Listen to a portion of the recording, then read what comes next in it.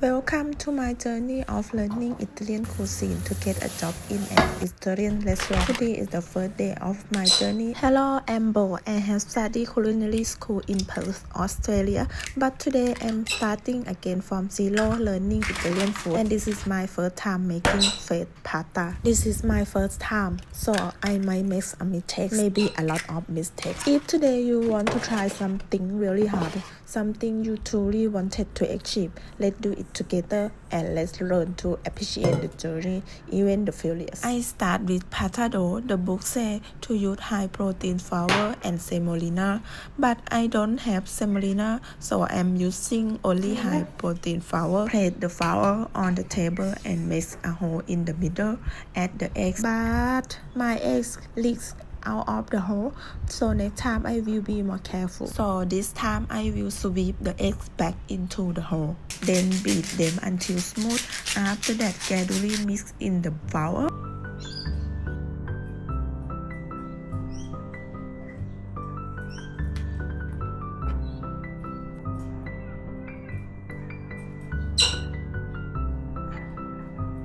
When the egg couldn't absorb any more flour, start kneading the dough.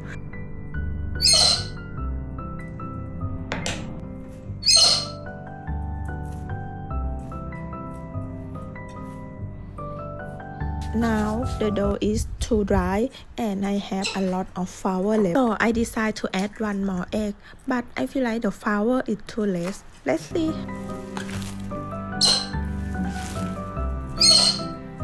And suddenly it is too wet. I keep adding flour more and more. At this point, nothing makes sense anymore.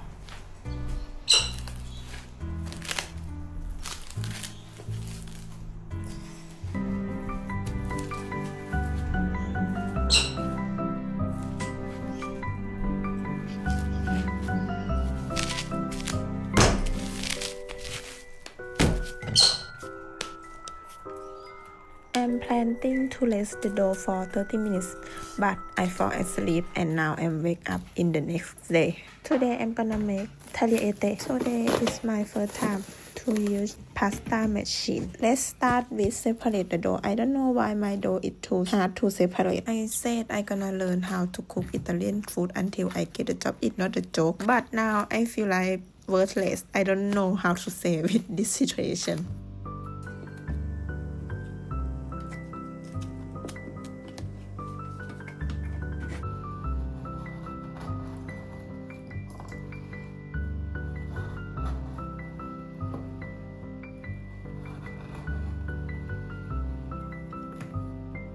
I bought the cheaper pasta machine and it's break.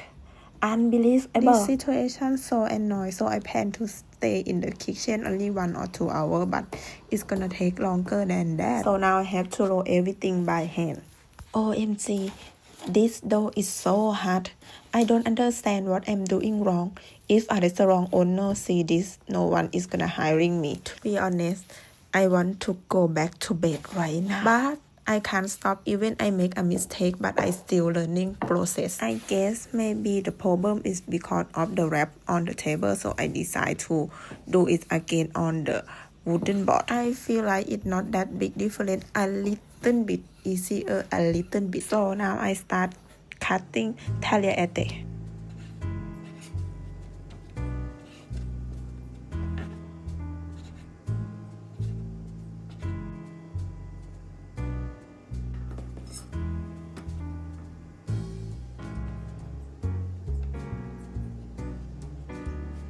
Now I'm making carbonara. I have learned it from an Italian chef on TikTok. This is my first time to try guanciale, so I'm gonna start with cut guanciale. I don't know how to explain, but it don't have that bad smell or odd smell. I'm gonna start with cut the skin off and cut into cubes and fry it without oil. Guanciale is cured pork cheek from Italy.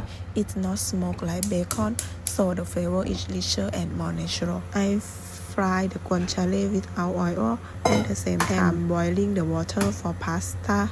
Then I crack eggs and add Policano cheese.